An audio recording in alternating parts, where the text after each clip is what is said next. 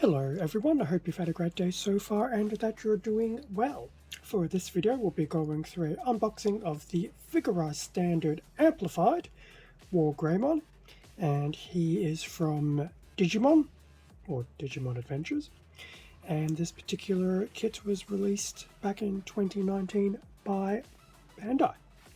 So coming to the end of this little Digimon run, pretty much now hitting some of these amplified kits, which is to be expected, but obviously in doing so they are going to be larger boxes.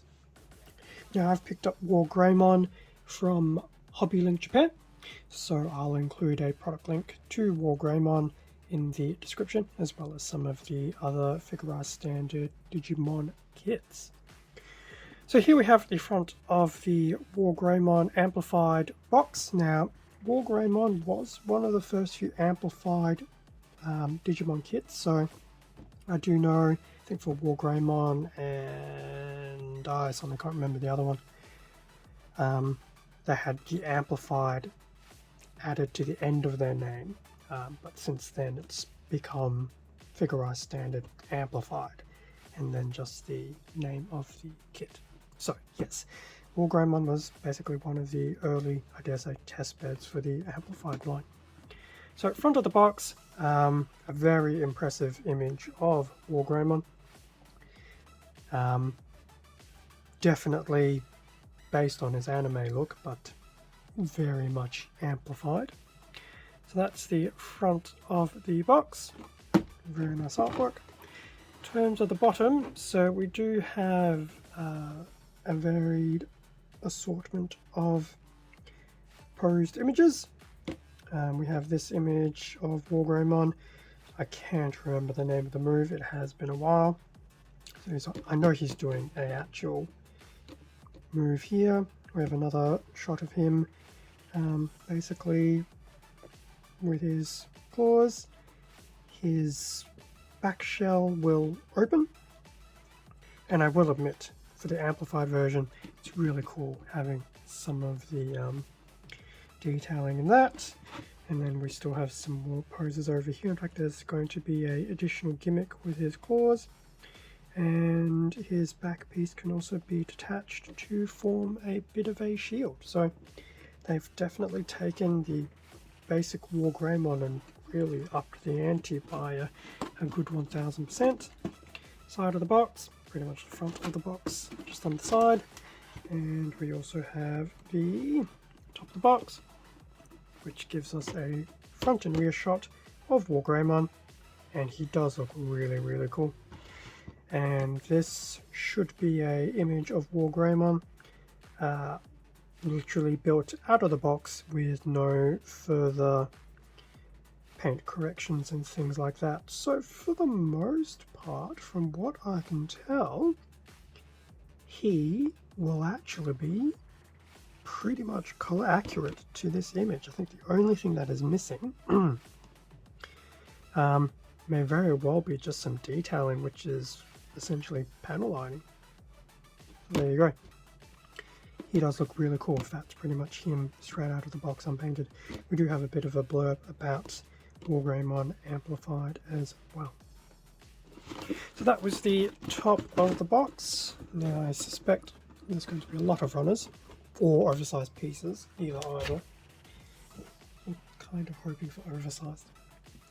So inside the box we have 1, 2, 3, 4, 5, and there is a 6th bag of runners at the bottom, so I guess oversized wins. And we do have the manual at the bottom.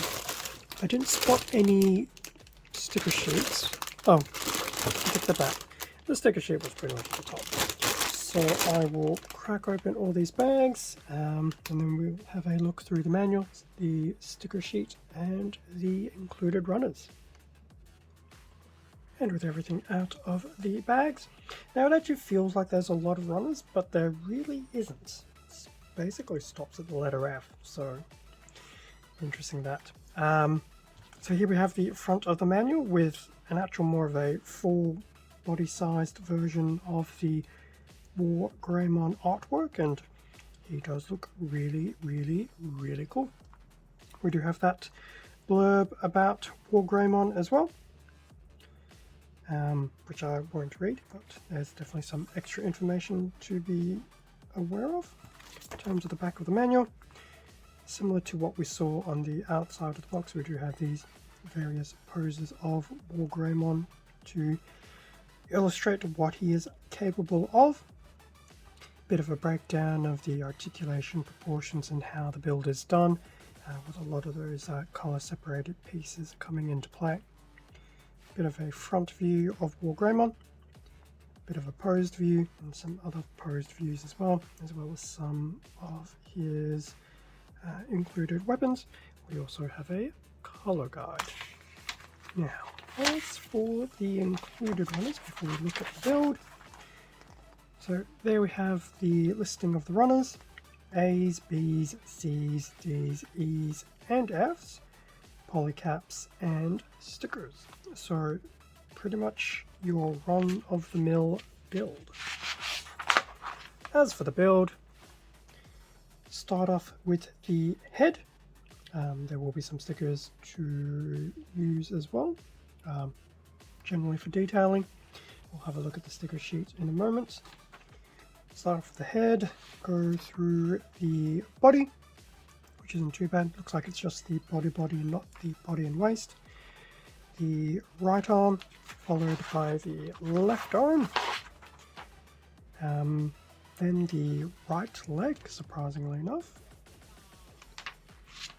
Left leg. Instructions look pretty good and clear.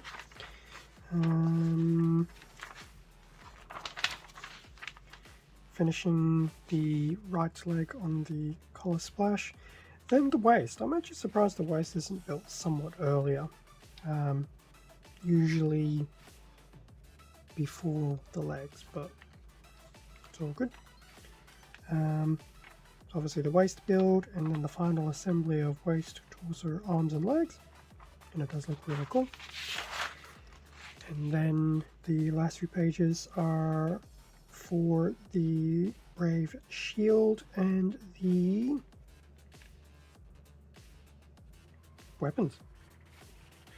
There will also be a action base connector within his waist, so you will need a additional action base to make use of that. I did just notice this particular part of the shield is going to be quite heavy with the stickers. Now, am I surprised? Not really, but we'll see how they go. They may actually fit very nicely in there as well. It's too early to comment since I haven't actually seen the piece. So that is the manual in terms of the sticker sheet. So it's not a small sticker sheet, but as we have seen, a lot of those stickers on the right hand side will be for the shield. So there'll definitely be some color correcting stickers in there and some other detailing stickers. It's definitely not too bad, could be worse, but I do hope, especially with those stickers on the shield, they do slot in nicely. And I guess we will find out soon enough. As for the runners, so we have the two A runners, A1 and A2. A2 is a copy of the bottom side of A1. Both these runners are also in a nice metallic silver. Actually a nice silver for a change as well. So there you go. So A1 and A2.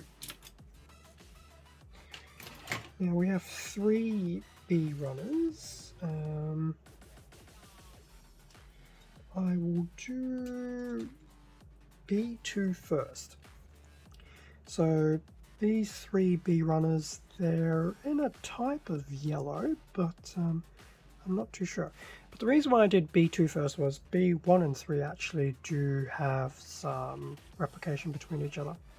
But B2, oddly enough, I think is also 1, 2, 3, 4 pieces of the shield. And yes, these components are recessed into the shield, so it actually will make using those stickers a lot easier. Alternatively, you could also paint in the detailing, and in fact I think there's 2 more locations of stickers right there, so It's actually not too bad. They're definitely not going to be the terrible stickers on curved surfaces. Well, at least I hope there's not any in here, but we'll see. So that's the B2. This is the B1 and B3. As I said, they are copies. So B3 is effectively a copy of probably 90% of B1 to go for your lefting and your righting. And then B1 will just have these two bits that are unique to this runner and aren't copied over to B3. So that's that. So Bs 1, 2 and 3 all in that interesting yellow color. We have C1 and C2 in a nice flat black. C2, if I can ever align myself, is a copy of that, well, pretty much all of this section of C1. Also very large pieces I'm beginning to notice, so that would definitely explain why the box is so big. So C2 is a copy of all that. C1 will have the rest of these parts at the bottom of the runner, which are unique.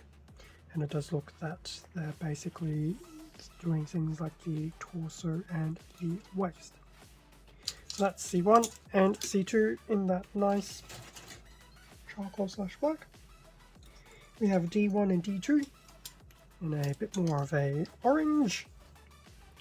D2, continuing on the trend, is a copy of pretty much the top half of D1, and then D1 will have some extra bits unique to itself. I'd imagine probably parts of the arms, so we'll just have one set of left, one set of right, and then these very large hands. And given that the hands are a single piece, please note that the nails will not be color accurate. So that's D1 and D2 in that nice orange. We have E1 and E2. And yes, E2 is still a decent copy of E1. So both are in red. E2 is a copy of the top left quadrant of E1, with the rest of E1 being unique. So I think some of that will be part of the waist, some of the rest will probably be part of his head / torso. So E1 and E2 in red.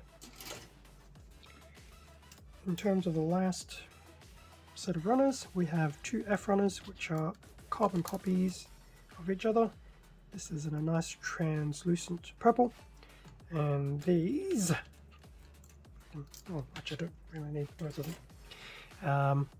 These parts will be part of the shield / backpack detailing, and they do look quite nice. So those are the two F runners. And last but not least, we have PC132, a set of grey polycaps.